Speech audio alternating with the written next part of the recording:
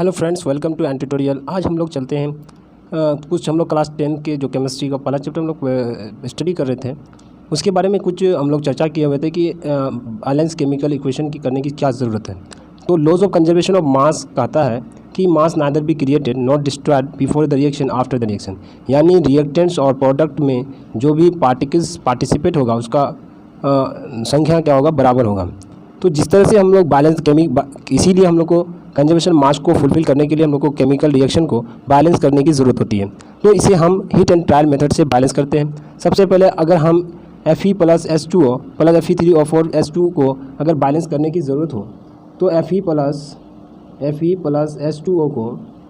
H2O को balance करने की अगर ज़रूरत हो तो Fe3O4 प्लस H2 गैस। तो अगर इनको बैलेंस करने की ज़रूरत होती है तो सबसे पहले जिस एटम्स की संख्या सबसे ज़्यादा होगा उसको बैलेंस कीजिए। तो अब Fe3 है, तो यहाँ Fe3 है तो Fe3 को 3Fe कर दिए। उसके बाद देखेंगे ऑक्सीजन की संख्या यहाँ 4 है, तो ऑक्सीजन की संख्या को 4 होने के लिए हम 4 से यहाँ मल्टीप्लाई कर दिए, तो आपका 4 ऑक्सीजन तो बैलेंस हो चुका है।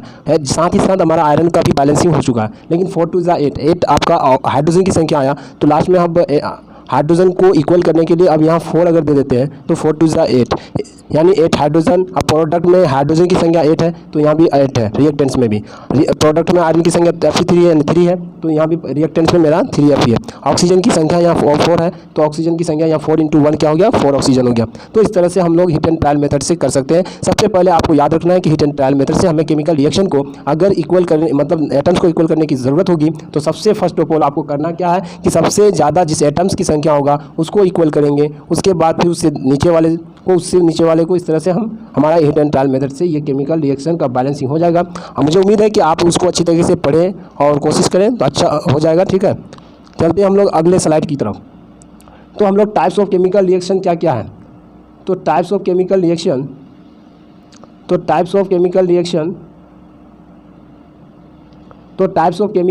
आप देख सकते हैं। तो हमारा केमिकल रिएक्शन कॉम्बिनेशन रिएक्शन और एक्सोथर्मिक रिएक्शन, कॉम्बिनेशन रिएक्शन। तो टाइप्स ऑफ रिएक्शन हमारा क्या क्या है दोस्तों, कि सबसे पहले आपको टाइप्स ऑफ रिएक्शन को समझना है। टाइप्स ऑफ रिएक्शन के कितने टाइप है, कॉम्बिनेशन रिएक्शन है, उसके बाद हमारा डिकम्पोजिशन रिएक्शन है, उसकी इंडोथर्मिक रिएक्शन है, एक्सोथर्मिक रिएक्शन है, उसके बाद हमारा डिस्प्लेसमेंट रिएक्शन है, डबल डिस्प्लेसमेंट रिएक्शन है। इनको 1 बाय 1 करके हम लोग समझने की कोशिश करेंगे। इस तरह से हमारा पूरा कंसेप्ट हमारा केमिस्ट्री का इस चैप्टर का हो जाएगा। लेकिन आप अपने धैर्य बना के रखें, इस वीडियो को अंतिम तक देखना मत भूलें। चलते हैं। तो टाइप्स ऑफ केमिकल रिएक्शन किसको कहते हैं कि combination of reaction, the reaction in which 2 और more reactants combine in the form of single product. मतलब कहता है कि अगर हमारा 2 या 2 से अधिक अगर रिएक्टेंट्स भाग लेता है, एक प्रोडक्ट देता है, देखिए CO2 एक प्रोडक्ट दिया, तो इसी को हम क्या कहते हैं, कॉम्बिनेशन रिएक्शन कहेंगे। जैसे फॉर एग्जांपल अनदर, यानी फॉर्मेशन ऑफ वाटर का जो फॉर्मेशन हुआ, कि वाटर का फॉर्मेशन में आप देख सकते हैं कि हाइड्रोजन और ऑक्सीजन जब गैस हुआ तो ये दोनों रिएक्टेंट्स है, 2 और मोर रिएक्टेंट्स, और बना प्रोडक्ट क्या है, H2O। तो H2O ये आपका कौन सा रिएक्शन हो गया, आपका कॉम्बिनेशन रिएक्शन का एग्जाम्पल हो गया। तो हमारा कॉम्बिनेशन रिएक्शन में एक्सोथर्मिक रिएक्शन भी उसके अंदर में ही आता है। एक्सो मतलब होता है दोस्तों टू आउटसाइड, थर्मल मतलब थर्मिक मतलब होता है थर्मल से आया, थर्मल का मतलब होता है हीट, थर्मल का मतलब क्या होता है, हीट, थर्मल का मतलब होता है हीट। तो एक्सोथर्मिक रिएक्शन ऐसा रिएक्शन जिसमें हीट आउटसाइड की ओर जाता हो, बाहर की तरफ जाता हो, उसी को हम एक्सोथर्मिक रिएक्शन कहते हैं। तो चलिए देखते हैं।